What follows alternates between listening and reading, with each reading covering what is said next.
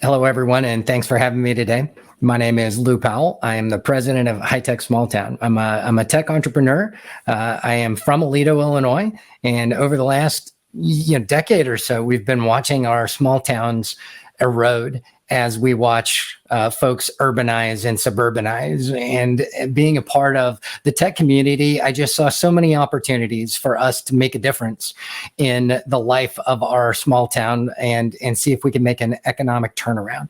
So HighTech Small Town was started as a way to create economic prosperity in rural towns using technology.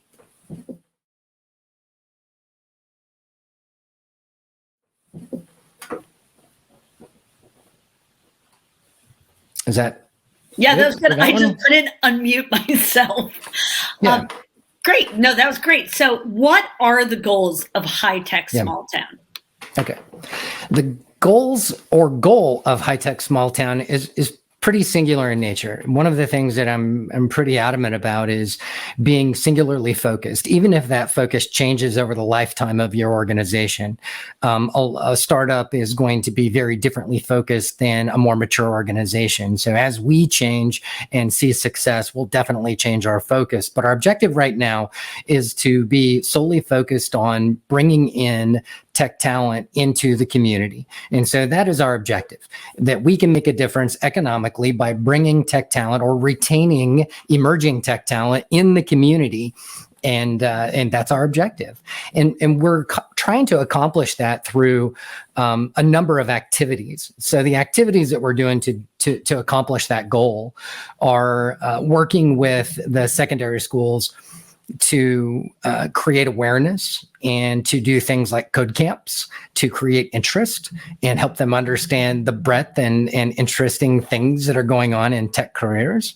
And then work with high schools as a second objective to create dual enrollment programs that will enable students to come out of their high school experience with a tech certificate that would be a springboard for going on for an associate's or a bachelor's degree, or potentially just to go directly into industry and get some great experience out of the gate with all of those, basic tech qualifiers. So that's something that we're really excited about and have interest with 4 or 5 high schools and getting involved with that.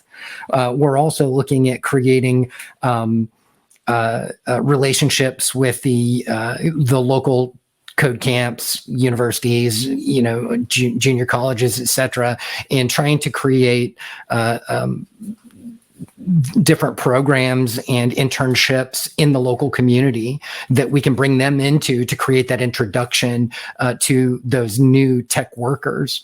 And lastly, we're working with different employers in the region to see if we can bring those folks that we've influenced and make those employees of those companies in our small town. So to enable that, we've opened a tech center in a historic Andrew Carnegie Library. So we renovated it and turned it into a co-working space to lower the bar and give people the opportunity to bring in a single or a couple of tech workers in that rural setting.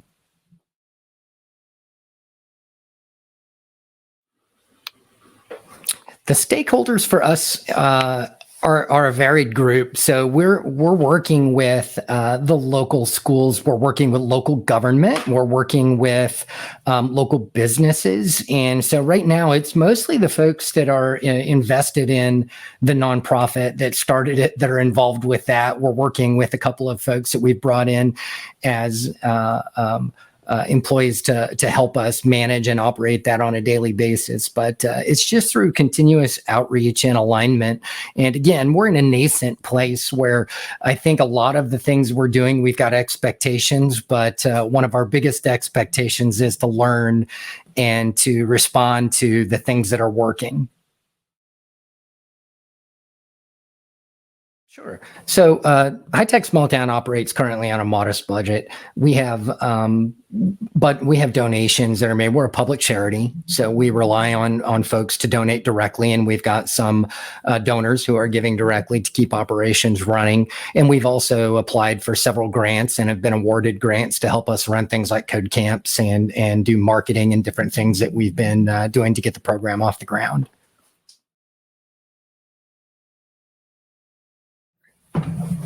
How do we measure success? So that is one of my, strong beliefs, that you need to be singularly focused. I think that it's great to have many KPIs for your organization, but I think that it's most effective when you have one. And ours right now is bringing people into the community who make an economic difference, whether that's an entrepreneur or someone working in the tech industry who wasn't working there before.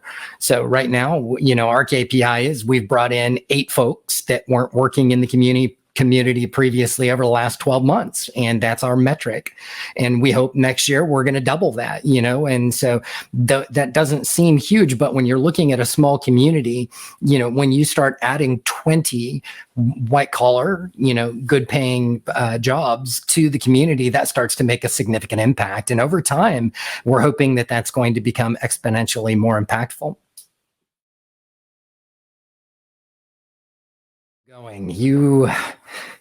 You just have to be tenacious. You have to believe in your cause and believe that it's something that is worthy, and you have to be contagious.